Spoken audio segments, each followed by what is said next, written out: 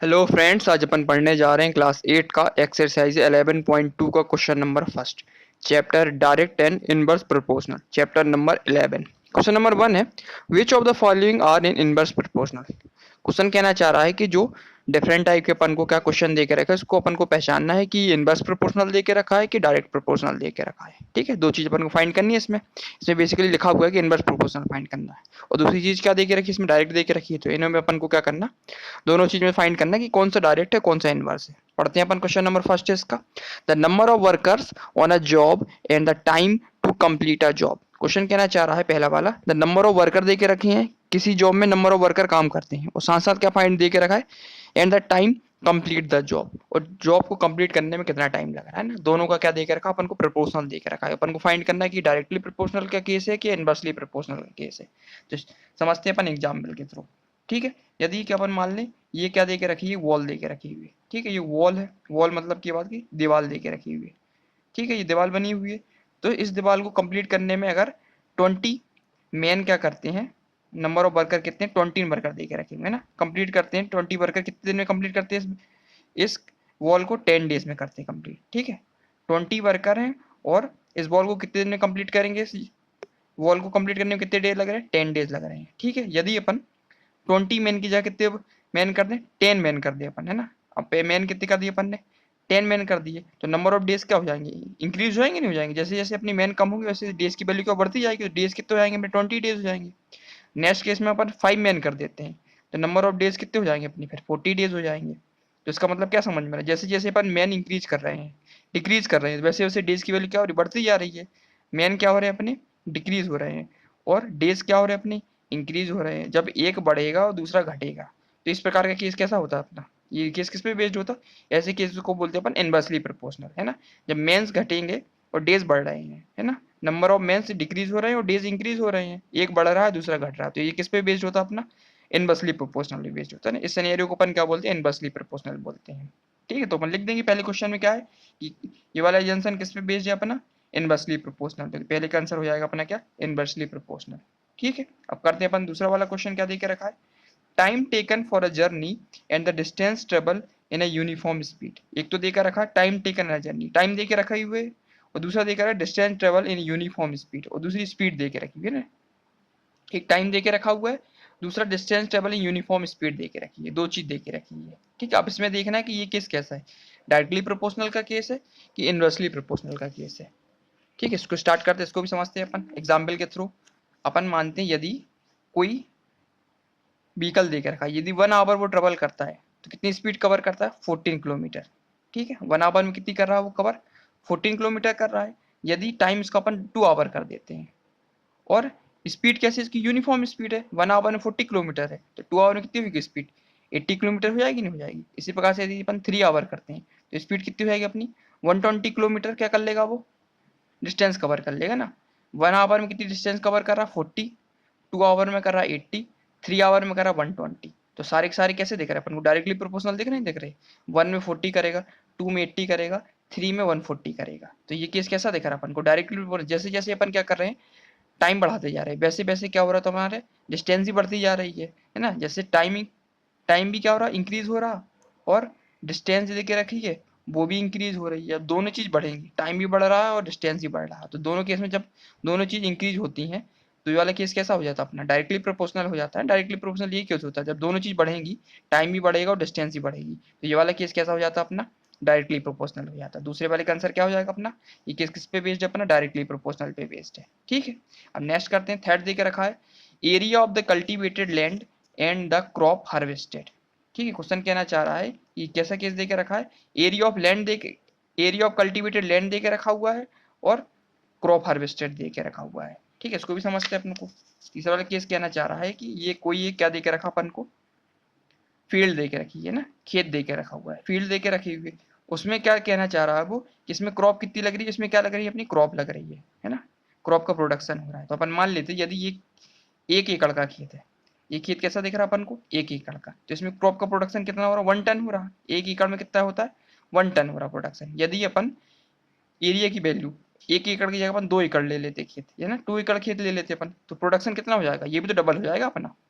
है ना। तो ये कितना हो जाएगा 2 टन हो जाएगा। इसी प्रकार से अपन 3 एकड़ खेत ले लेते हैं ना, एरिया अपन बढ़ाते हैं, जो प्रोडक्शन होगा वो भी इंक्रीज होगा ना, ये कितना होगा 3 टन हो जाएगा। तो साफ साफ समझ में आ रहा है, जैसे जैसे अपन क्या कर रहे हैं एरिया की वैल्यू बढ़ाते जा रहे हैं, वैसे वैसे अपना जो प्रोडक्शन हो रहा, प्रोडक्शन की वैल्यू भी तो बढ़ती जा रही है अपनी, है ना, प्रोडक्शन की वैल्यू भी बढ़ती जा रही है।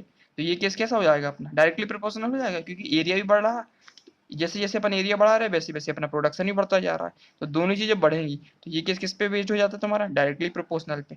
तो जो तुम्हारा एरिया ऑफ कल्टीवेटेड लैंड है और एंड द क्रॉप हार्वेस्टेड है, दोनों कैसे हैं अपने डायरेक्टली प्रोपोर्शनल। तो इसमें लिख देंगे ये केस कैसा है अपना डायरेक्टली प्रोपोर्शनल दे के रखा हुआ है।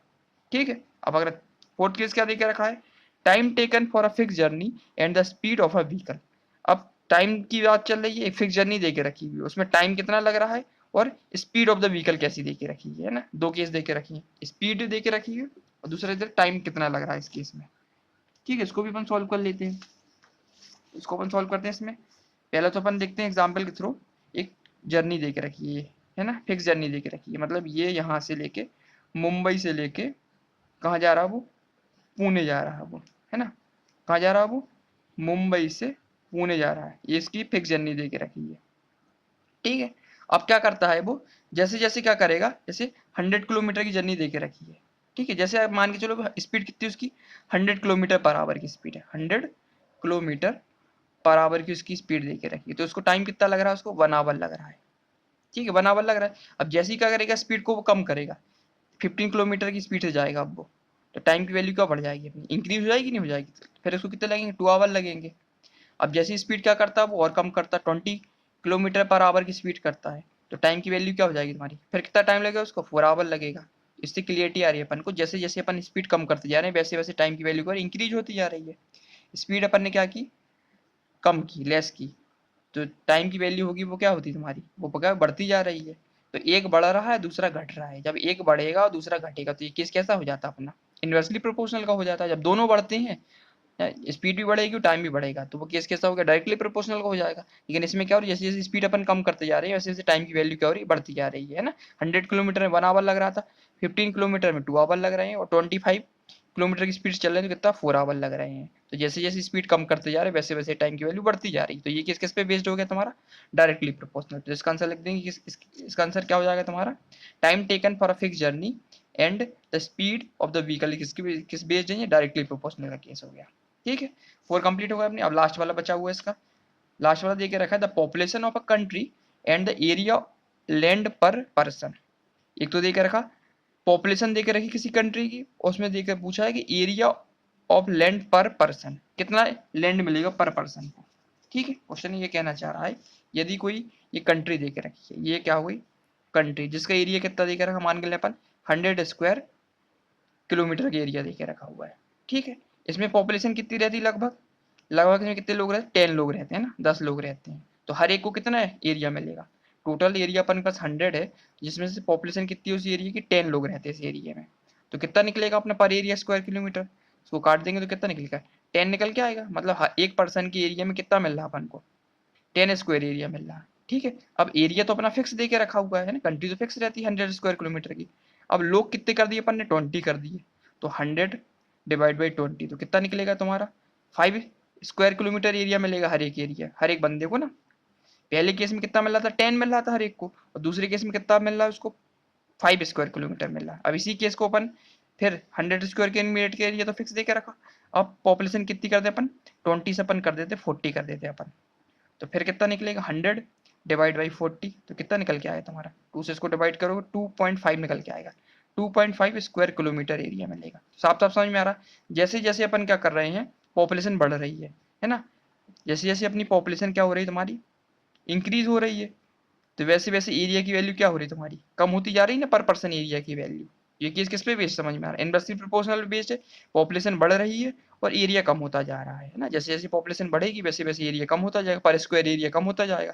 तो ये केस किस पे बेस्ड हो जाएगा हमारा इनवर्सली प्रोपोर्शनल पे। इनवर्सली प्रोपोर्शनल यही तो होता है जब कोई एक चीज बढ़ती है और दूसरी चीज घटना स्टार्ट हो जाए, एक बढ़ेगी दूसरी घटेगी, तो ये केस किस पे बेस्ड हो जाएगा तुम्हारा इनवर्सली प्रोपोर्शनल पे बेस्ड हो जाएगा। तो इसमें क्या लिख देंगे अपन, the population of a country and the area of per person, ये किस पे बेस्ड हो जाएगा अपना इनवर्सली प्रोपोर्शनल पे। तो क्वेश्चन नंबर फर्स्ट था अपन ने 5 सॉल्व कर लिए, फर्स्ट सेकेंड थर्ड फोर्थ, है ना, 5 के बाद सॉल्व कर लिए, और 5 वाले केस में क्या निकला था अपन इनवर्सली प्रोपोर्शनल निकल के आया था। तो क्वेश्चन नंबर फर्स्ट अपना कंप्लीट हो गया। अब नेक्स्ट वीडियो में अपन क्वेश्चन नंबर सेकेंड स्टार्ट करेंगे। ठीक है, थैंक यू।